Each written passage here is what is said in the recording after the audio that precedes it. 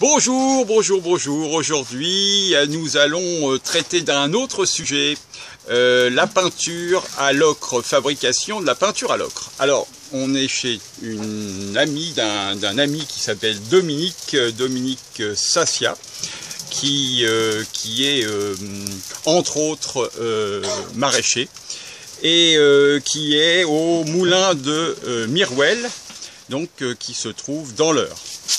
Bon, alors donc la peinture à l'ocre, c'est une peinture naturelle et donc c'est une peinture, donc comme je disais, naturelle. On va voir donc les différentes étapes. Alors la première étape, c'est de préparer un feu, donc le feu que Dominique est en train de faire derrière nous, qui fume pour l'instant. Voilà, donc bien évidemment je vais couper la vidéo parce que je ne peux pas faire la vidéo d'une seule traite, puisque si je veux montrer les étapes et que je ne fais pas de montage, je suis obligé de couper. Voilà, j'espère que vous allez bien et que vous êtes prêts pour cette nouvelle aventure. À tout de suite. Alors, bon, alors voilà, donc le feu il est en train de prendre, je ne sais pas si on le voit bien là. Normalement, il faut que je mette mes lunettes parce que sinon on ne voit pas. Normalement, il est là, voilà. Donc le feu est en train de se faire. Donc maintenant, ce qu'on va regarder ensemble, c'est quels sont les éléments, quels sont les matériaux nécessaires pour pouvoir faire de la peinture à l'ocre.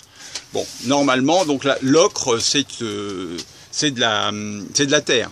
Hein, voilà. De la terre qui se trouve où, Dominique? Dans l'Auxerrois. Dans l'Auxerrois, voilà. À côté de chez mes parents. Donc ça évite non, mais... le transport. Bon voilà, parce que c'est un peu cher, mais c'est une peinture qui va durer 50 ans. Alors bon, bon bien sûr on va la regarder, on va la laisser évoluer et on va la suivre, mais normalement une fois à poser, il y en a pour 50 ans. Alors c'est normal qu'elle soit un peu chère. Puis surtout elle est naturelle, donc c'est surtout ce qui est intéressant. Donc il faut quoi? Il faut de la terre. Donc voilà, de la terre, de l'Auxerrois. Bien évidemment, c'est de la terre qui a la couleur ocre. Je ne vous le fais pas dire. Voilà. Je vous donne la marque sans faire de publicité. Voilà. Voilà. Voilà, voilà. Juste à côté du château de Guénelon. Sur la route du château de Guénelon. Voilà. Si vous ne connaissez pas d'ailleurs le château de Guénelon, je vous invite à y aller parce que c'est vraiment très intéressant à voir. Alors ensuite, il faut encore un élément naturel, c'est de la farine. Farine de blé, la moins chère en l'occurrence.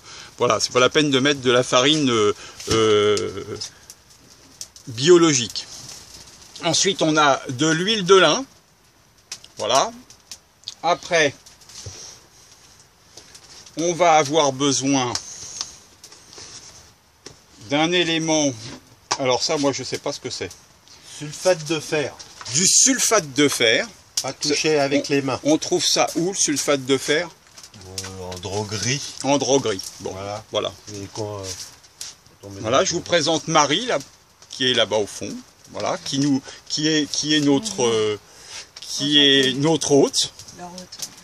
Voilà, un morceau de savon qui est un savon de Marseille. Et celui-là, c'est du vrai, il a 50 ans. Voilà, un vrai savon de Marseille. Voilà.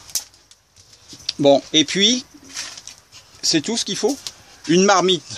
Une marmite pour faire le... Parce qu'en fait, il va falloir faire chauffer un mélange, donc que l'on va faire après. Et ce mélange, on va devoir le faire chauffer et le tourner, le touiller pendant 1 heure sur le feu. Donc, on a un matériel d'ailleurs par rapport à ça qui est pour tourner. C'est quoi le matériel? Voilà. Alors, on va le faire à la main en premier. Et puis ensuite, il faut une perceuse. Elle est où la perceuse? Voilà, une perceuse et au bout un touilleur. Et donc en fait, on va démarrer la perceuse à l'électricité, sachant que de toute façon, que ça soit même au jardin, une perceuse ça fonctionne avec l'électricité. Et puis on va tourner. Alors on attend que le feu démarre bien. Une fois que le feu aura bien démarré, on a aussi des balances pour mettre les bonnes doses. Voilà, on va faire ça. Et de l'eau. Et de l'eau. Bon, voilà. Donc je coupe et puis on reprend dès qu'on commence les mélanges. À tout de suite. Hop.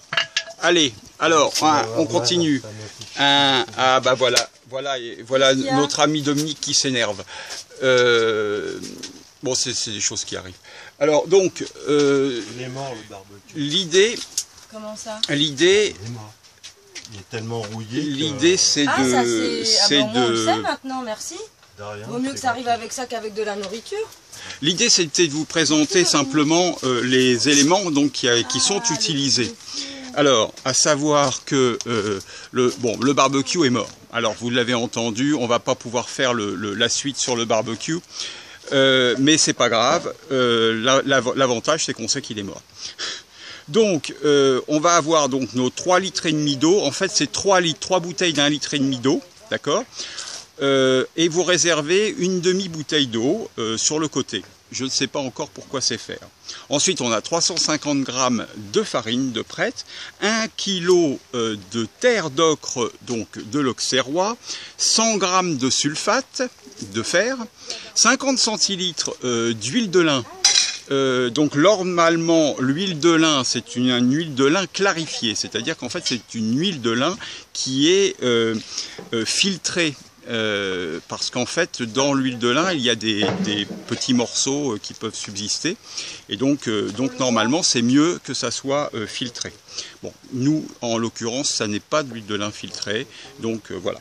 Et puis 5 grammes de savon, 5 grammes de savon râpé, le fameux savon de Marseille râpé.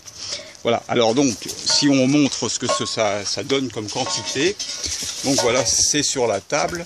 Donc on a l'ocre, la terre d'ocre, la farine, voilà, les 100 grammes qui sont ici de sulfate de fer, voilà, l'huile de lin. Alors le sulfate de fer, il ne faut pas le toucher avec les mains parce que c'est un produit toxique et dangereux.